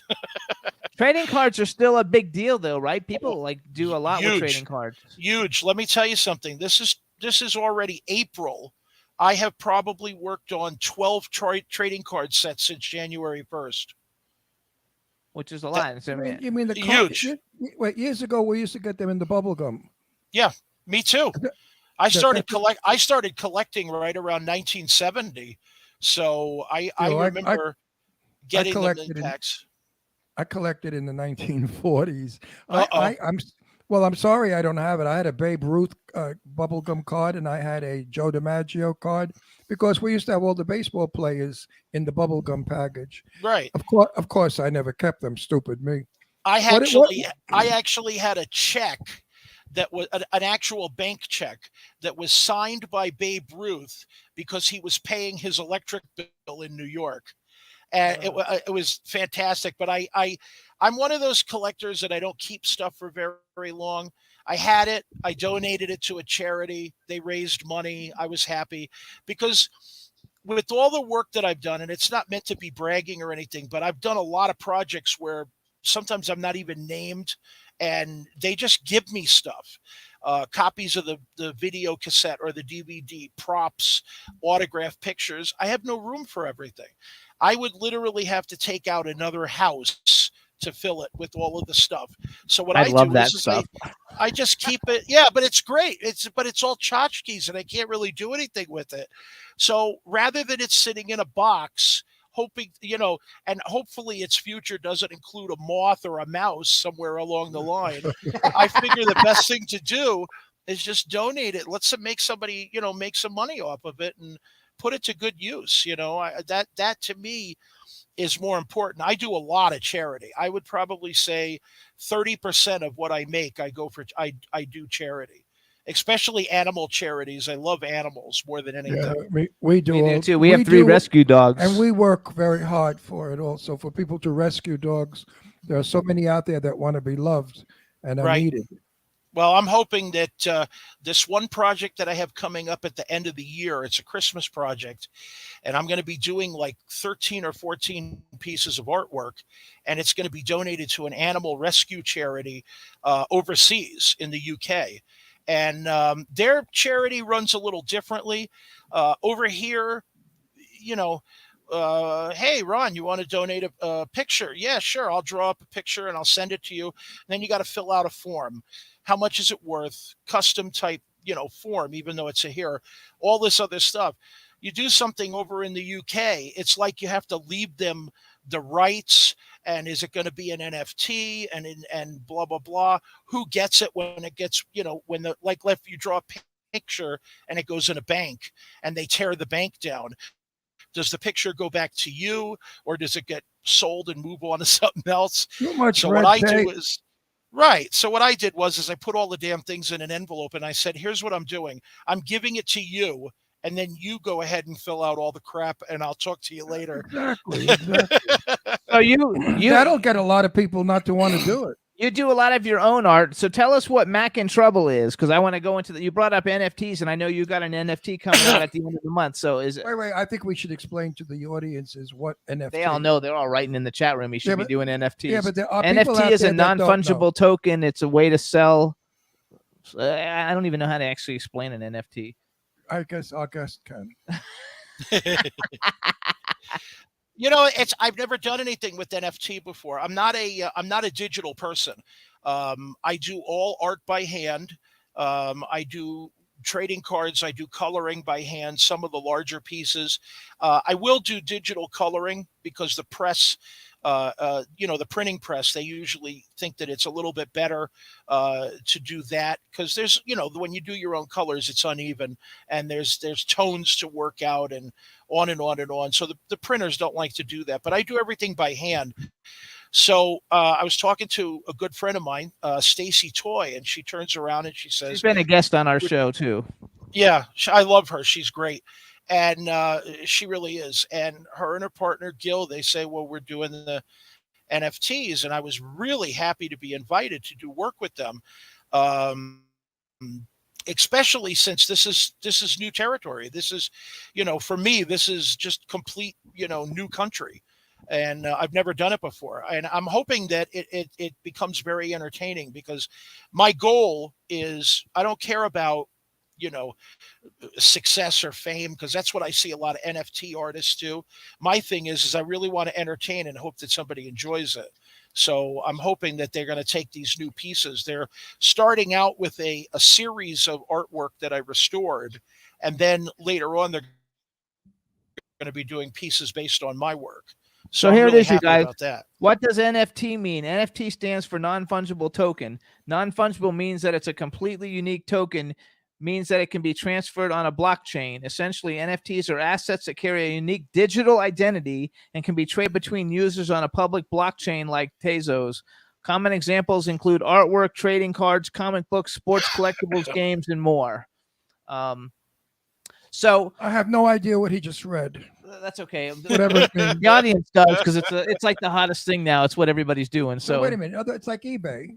No, it's you're selling instead of selling the actual picture, you're selling the actual digital picture, not the actual picture. So you're The selling way a copy. The way Oh, they it was don't call it a explained to copy. me was you have a piece of artwork, and what people are doing is they're buying like stock in the artwork. In your artwork. In the print. Right. In the digital In the piece. actual, So let's say, right. So let's say, for example, you have a picture of the Mona Lisa, and there's only 100 pieces of it available. Each person owns one piece. If they bought one, they can buy more than one. And then after 100, that's it. It's limited to just that. Okay. So Yeah, It sounds like a racket. It's like stock. It's like a buying racket. stock. Another new racket. It's like stock. It's like No, I buying mean- stock in a piece of art, really. Right. I mean, Right. doesn't- That's about doesn't it. make- Well, it's doesn't what- make much sense. Well, like one of my clients just sold theirs for 1.3 million. Like they're Yeah, making just tons like- of money. So it's a way just- to make money. just all like those- just like Teresa said in the chat, art that is digitally preserved on the blockchain forever. Yes. So that's very So- cool. So tell us what Mac. First of all, she's there. He's working with Stacy Toy, and they're from NFT Drop. I want to mention that because if anybody's interested in if anybody has anything worthwhile to turn into an NFT, they're like one of the best companies to do it with. It's called NFT Drop. So tell us, what is Mac in Trouble? Well, it's a very, very long story, but I'll make it longer. I had gotten injured. I had a back injury that stemmed from when I was wrestling. So I was literally in bed for a couple of years.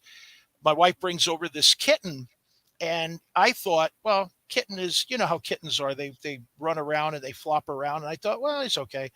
He's got maybe a problem walking or something. And it turned into a problem where he wasn't able to walk very well. They call it cerebellar hyperplasia. And it doesn't translate like his commands from the brain to the legs. Got it. So I actually got out of bed and started taking care of this kitten. And then we like all pet owners do, hey, this is what the cat sounds like. This is what the dog sounds like. The dog just made a joke. Isn't that funny? Blah, blah, blah, blah. So we're sitting around and I'm doing all this stuff. And I said, that would actually be kind of cute. I don't really care for adult and mature comic books. I think that the people don't deserve it. Like, people deserve something that's fun and approachable, and everyone from 6 to 60 can laugh. So I went ahead and I said, let's make a comedy thing about the cats. So about a year later, we bought another cat named Trouble. And so that's how you got Mac in Trouble. Mush, and that's where they came from. It's a story of two cats, and it's science fiction. It's actually very funny, but they travel around. They meet unusual characters, everything from superheroes to like Abe Lincoln, Paul Bunyan. Basically so it's kind of like Mac in Trouble. It's like Bill and Ted's Excellent Adventure with two cats. Right. It's like Bill and Ted if they were 4 feet tall and covered in fur. That's yes, and not wearing pants. So, but that's the way they go. And the cats actually have a bit of a magic power. I had to give them something because, the Garfield and the Heathcliff type thing wore out to where it's just, it's a cat and that's it. So Mac has a pocket, the only cat in the world that has a pocket, and he can reach into his pocket, but he can't decipher what comes out of his pocket. So like he'll be like, oh, a tennis ball, a shoe, a pair of nylons. Geez, I can't find that key anywhere, And then Trouble, every time he gets excited or upset, he teleports the both of them someplace. So in the in the first issue of the comic, he teleports them to the moon, and they're standing there next to the MTV flag. And then while Mac is looking around, Trouble is air guitaring in the background, and then he sneezes and he brings them right back to where they were. I thought the moon was made of cheese. Boy, it sure smelled like it. So that kind of thing. So it's clean, comedy, American clean humor, fun, like we had when we were kids, like the stuff we would have read. And it's non-violent. I like that. Yeah, I won't lie. The violence is not anvil dropping like Warner Brothers or pie in the face. The violence is more like Mac will smack Trouble in the back of the head and say, "Geez, don't be a dog," that kind of thing. So but you don't have corny. blood. You don't have blood and guts and eyeballs falling out. I never cared for that. I hate it. I worked on a lot of horror films. I got hired for them, which is fine because it's work. I've worked on everything from religious projects to horror to adult to sports, whatever. It doesn't bother me. It's all work to me. The minute your pen touches the paper, you're committed to a project and you have to give it your best. But so Mac in Trouble is yours, though. Oh, yeah. There's one of my memes. I like putting them in weird positions. So Mac in Trouble. Oh, so Mac in Trouble are the two cats with Superman. Yeah, that I enjoy the memes. People think that they're hysterical. I hope, at least anyway. I get a lot of feedback. The one with Batman, Who Ate My Chicken? Actually, that one is. I love that one. I would love to get that blown up and framed. Everybody goes berserk on that one. I love it. So how do people buy a Mac in Trouble comic book? They can go to digital distributors. We usually go through, and then when they want a physical copy, I stopped doing conventions when COVID hit, oddly enough, because I was having bad problems with my back. I had gotten hurt really bad in the ring when I was wrestling. How long did you wrestle for? Oh, about 5 years in the 80s. I enjoyed it, and it was really a high time of my life. I loved the fans. I would go out and give them passes to the shows. I would hug them. I would give them autographs. I loved it. Being in front of a giant audience. I was at Madison Square Garden a couple of times. I just loved it. But then I got hurt, and even though it was a fresh injury, and you get hurt like a broken arm and then it heals and then you move on. But for me, about 15, 20 years later, it came back, and it just kept me off my balance, and I had a hard time from there. How big So- were you? Like when you wrestled, how tall are you? Oh, I'm, let's see, 5'10". In the boots, I'm almost 5'11". Because, they add, anytime you're on TV, it adds pounds, and the boots adds inches. What was my wrestling name, Dawn? I first started out as the Brooklyn Warrior, and there was so many warriors at the time. See, I'm from Brooklyn, New York. It's like, hey, am I. yo, Where are you from in Brooklyn? 53rd Street between H and I. Okay, I was from Red And I Hook. still remember my address too. It was 1199 East 53rd Street, apartment 2B, because the joke was to be or not to be. That's Right. my apartment. He's from Red Hook. I- He's from Red Oh, Hook. cool. I was born in the Red Hook projects, and That's awesome. our address was 40 Columbia Street. And That's we were the great. top floor apartment. I forgot the number. I was a little kid. But Right. yeah, I'm a Brooklyn guy. Can't you hear it That's when I awesome. talk? Yeah, of course. I envy that because I moved around a bunch of times, and my what started out as an accent turned into an accident. So I have no idea what I sound I like lose now. it. If I'm in a movie and they don't want it, I can lose it. But when I'm myself, I use it. I don't give a shit. Did you? I lose it when I step on a cat. I'm Yeah. walking around here. They're walking between my feet. I call them little communists, and I'm walking around and I step on one, and it's like, damn it! And then that's the end of that. They all go running because we have a bunch. We have about 8 cats now, so they all go Oh my running. God, you're like a freaking cat lady.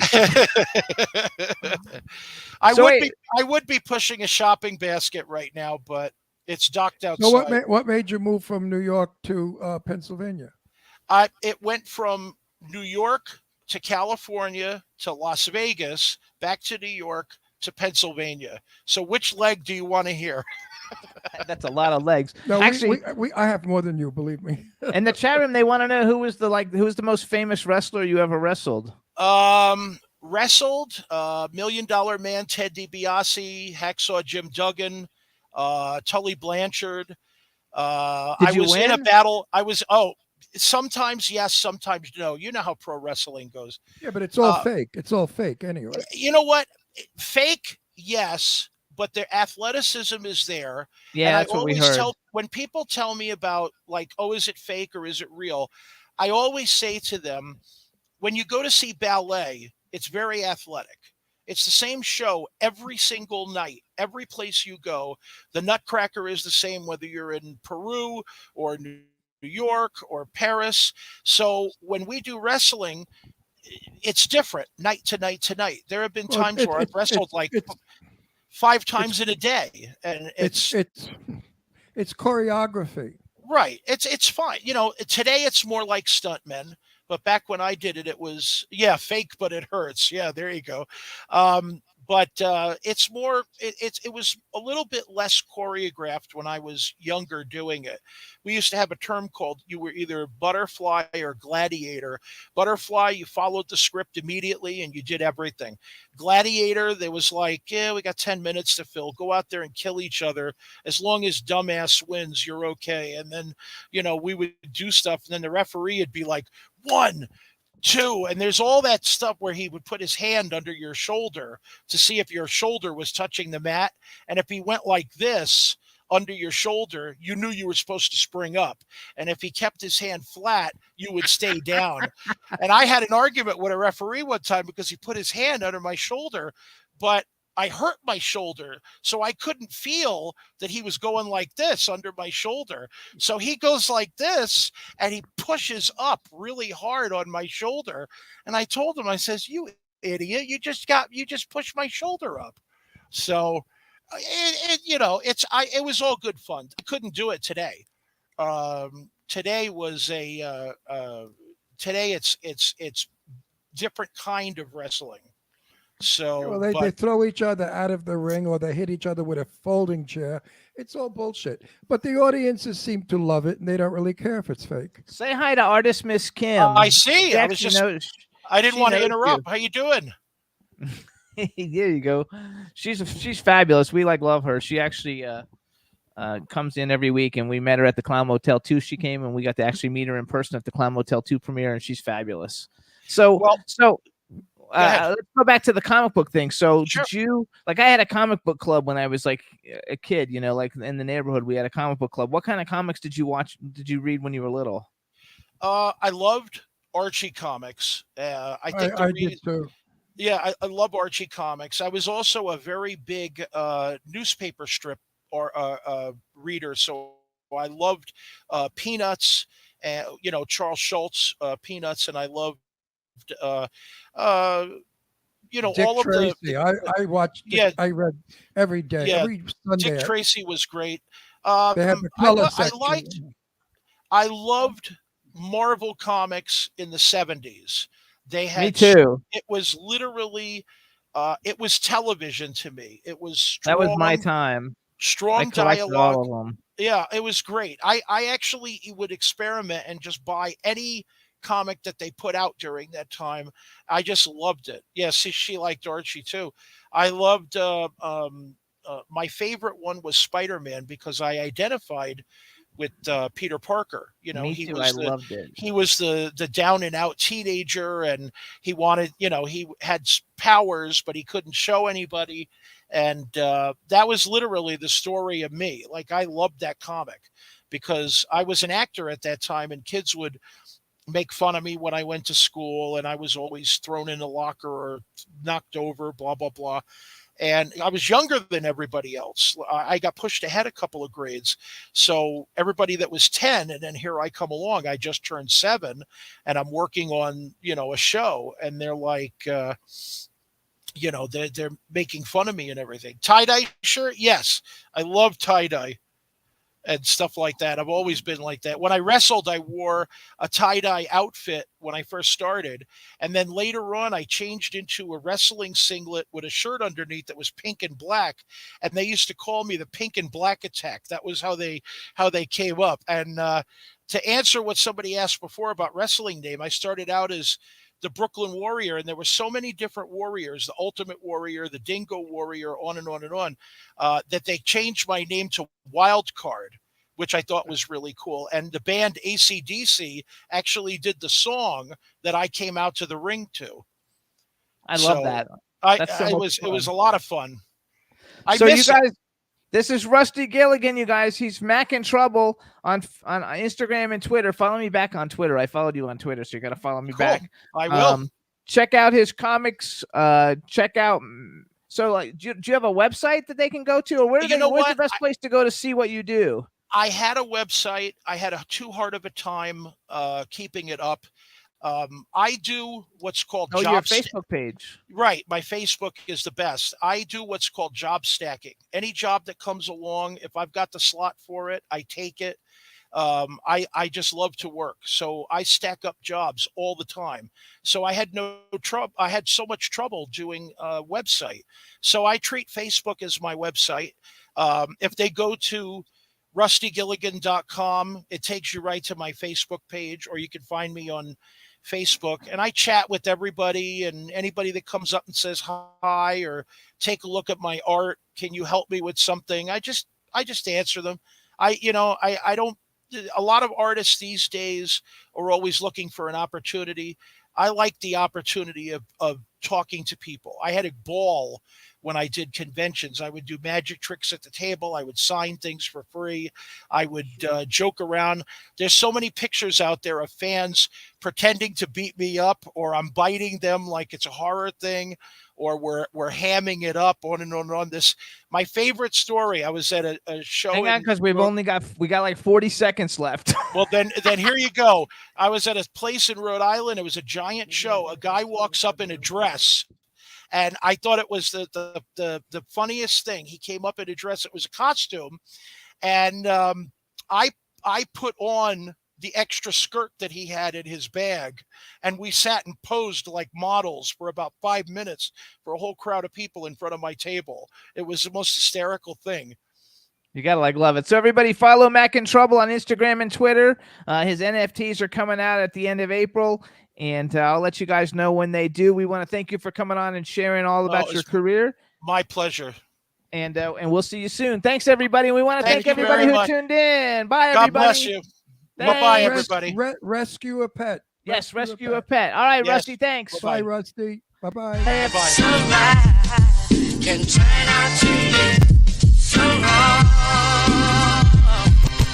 Yeah, we in the mix. Yeah, we in the mix. It's another episode. Here we go. The Jimmy Star Show with Ron Russell. Interviewing the hottest, newest, and truest of today's celebrities. Make sure to subscribe so you can get notified weekly. Jimmy Star, he's the king of cool. Ron Russell, he's a gorgeous dude. Chat room is live and you would be a fool not to vibe with us at the Jimmy Star Show with Ron Russell. Come watch it live on W4CY Radio. Miss some past episodes? Download on iTunes. The Jimmy Star Show with Ron Russell. It's the Jimmy Star Show with Ron Russell.